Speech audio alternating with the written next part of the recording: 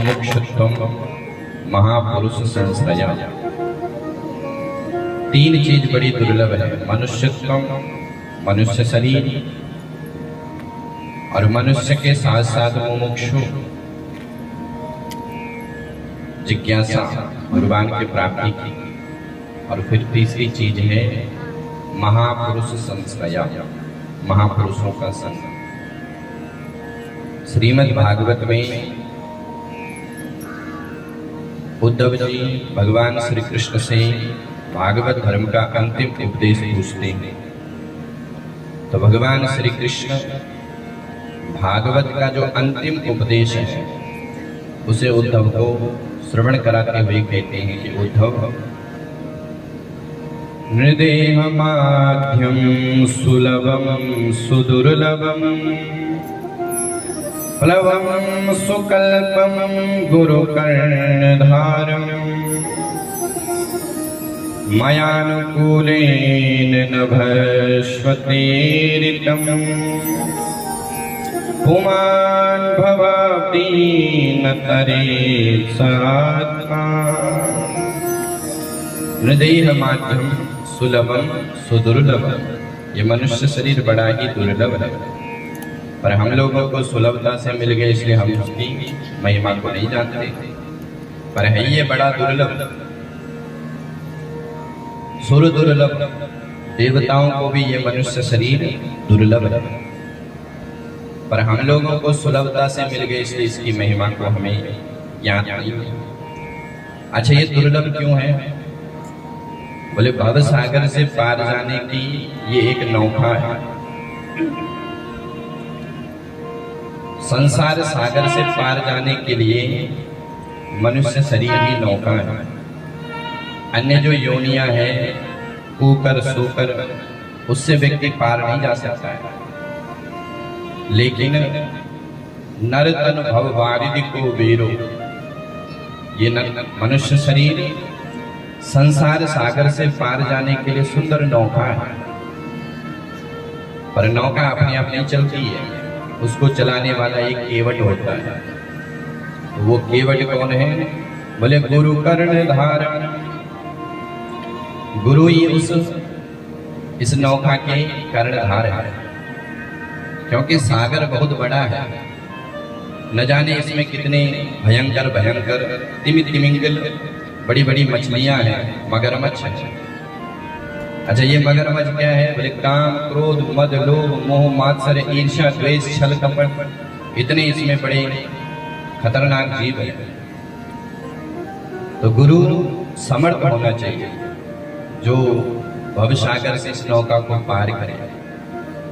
गुरु अनाड़ी नहीं होना चाहिए, इसलिए लिखा है कि गुरु बनाओ जानकर पानी पियो छान कर। ऐसा नहीं कि गुरु किसी को भी बना लिया।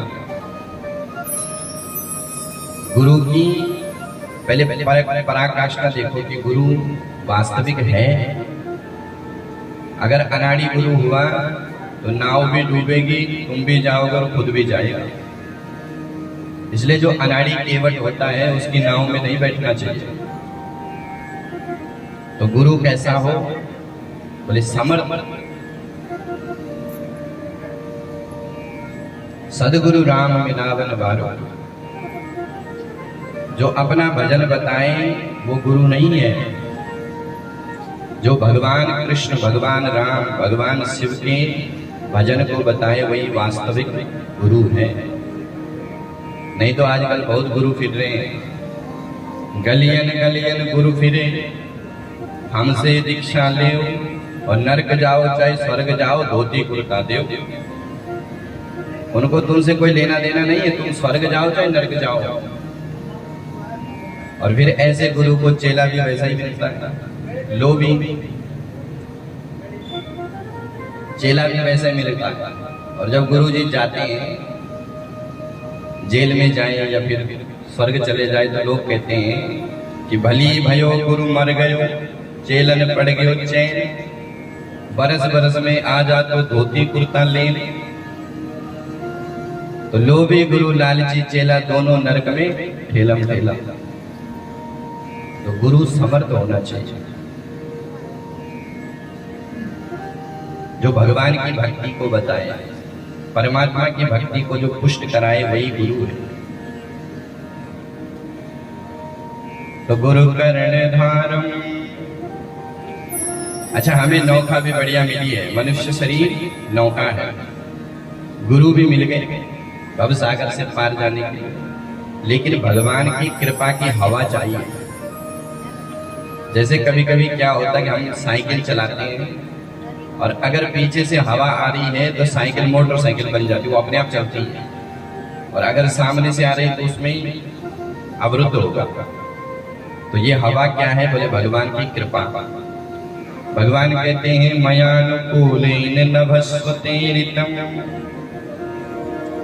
भगवान की अनुकूल हवा, और ये जो चल रही है ये भगवान की अनुकूल हवा है, इसलिए हमको सत्संग सुलभ हो गया।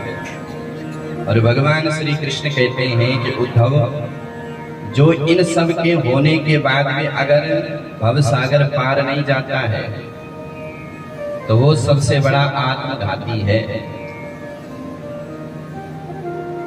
नभस्वतीरितम पुमान भवाब्दी न तरेत आत्मा, उसने अपनी आत्मा की हत्या की। वैसे आत्मा की हत्या होती नहीं है, पर आत्मा की हत्या क्या है? बोले जीव भगवान की कथा नहीं सुनता है, भजन नहीं करता है, तो ये आत्मा की हत्या है। क्योंकि आत्मा का अन्न है भजन, शरीर का पोषण है अन्न, और आत्मा का पोषण है भजन। इसलिए जीव को भगवान का भजन अवश्य करना चाहिए। नृदेह मात्यम सुलभम सुदुर्लभम प्लवम सुकल्पम गुरु कर्णधारम। तो ये मनुष्य शरीर बड़ा ही दुर्लभ है, पर हम लोग इसकी महिमा को जानते नहीं है। क्योंकि जो व्यक्ति को सुलभ हो जाता है उसकी महिमा वो कहाँ समझ पाता है।